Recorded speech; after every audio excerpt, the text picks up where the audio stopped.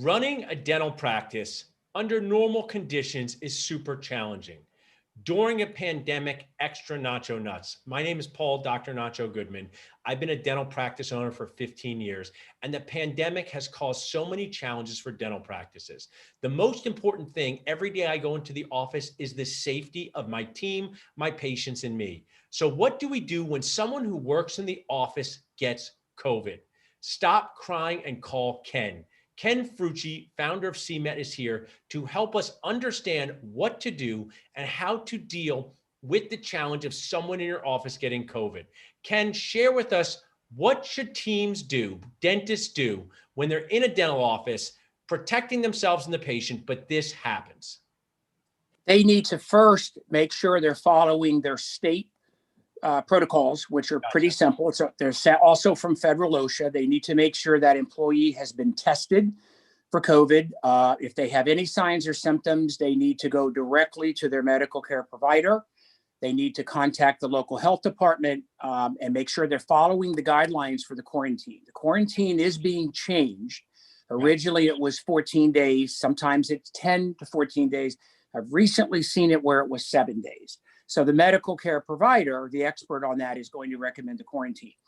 They need to have copies of everything, copies of the quarantine from the doctor. They need to have their OSHA 300 logs completed, because even though it may not have been a direct exposure in the office, it requires outside medical follow-up. Gotcha. So what I want to share, Ken, is we can be proactive and reactive, right? And you can help us do both. Let's talk about reactive, though. Let's talk about, you've been running your practice, you've been trying your best, but you don't have protocols and policies in place for this. This happens. So you talk about the team member dealing with the team member. What about everyone else that works in the office? How do we deal with those people? If they were exposed, that employee had worked in the office while they were either symptomatic or asymptomatic and have COVID, all of those employees, including patients, have to be notified. The employer must notify that they had a COVID exposure. Any employees or staff, clinical or otherwise, that were in contact with that employee must be offered the COVID-19 test. Now, what's the definition currently, when you can use New Jersey, because that's where I work in New Jersey, what's the definition of an exposure? You got, let's just say you got team member A, they have COVID, they're home, they're quarantining, they're not even ultra sick, but they were in the office with 15 other people. What's an exposure mean to those 15 other people? Under COVID, it means that they came in contact with the carrier, whether it was either in a dental office or that was outside the dental office. They went to dinner, they were with family. The ones that we have seen have all been where they've been with family gatherings and different type of social events where someone was a carrier.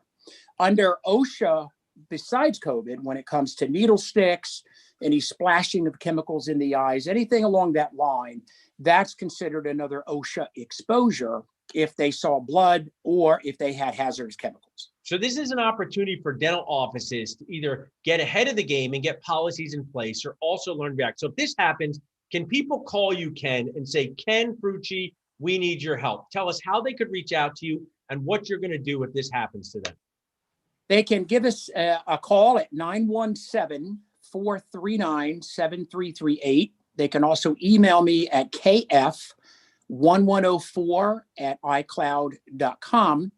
And finally, they can respond to us on our new webpage. And that website address is www.prepare2respond.com.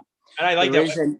Prepare2respond.com. And just my dental people have so many expenses, but for under $1,000, you can help someone with a reactive thing. So Dental Nachos audience, dentist audience, I know how tough our jobs are. I know how tough this. Keep Ken's information handy, prepare2respond.com, because for under $1,000, he can come in and help you decrease the stress, increase the team confidence, decrease the anxiety. So that is super important, Ken. I love you sharing this. Now, let's talk just for a minute about proactive.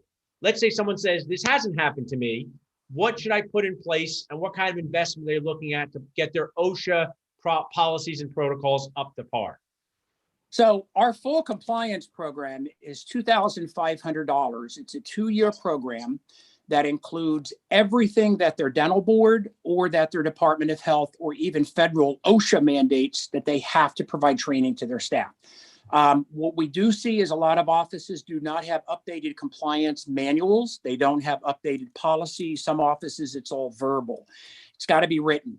And so we'll come in, do the inspection, make sure they have the proper PPE. We'll prepare the compliance manuals. We'll put the policies together for them. And then we will proceed with all the different training programs that they're required to have.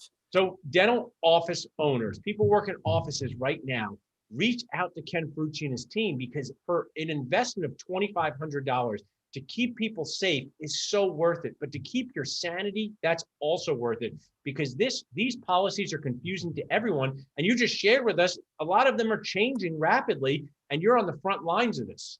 Right. All the time. Whenever new regulations come out, being that we're an approved training agency and we have certain affiliations also with OSHA, I get updates daily directly from the OSHA website that tells me that in New Jersey, this has changed, or in Pennsylvania, this has changed. So we're on top of it 24/7, because you're right, things are changing. They need to have guidance when things change. Well, that is awesome, Ken. We're proud to have you as a key resource and sponsor. One more time before we wrap up, if someone needs to be reactive and deal with the problem right now, or proactive, they can go to preparetorespond.com. And one more time, share your email and phone number with us. Our email is kf1104@icloud.com. And our phone number and our corporate office is 917-439-7338. And if they go onto our newly developed webpage, there is an inquiry on that webpage. It's a different email that they would send that to us, and that would come to our iCloud email as well. Preparetorespond.com to keep safety and sanity in your office. Thanks, Ken, for being here. We truly appreciate it.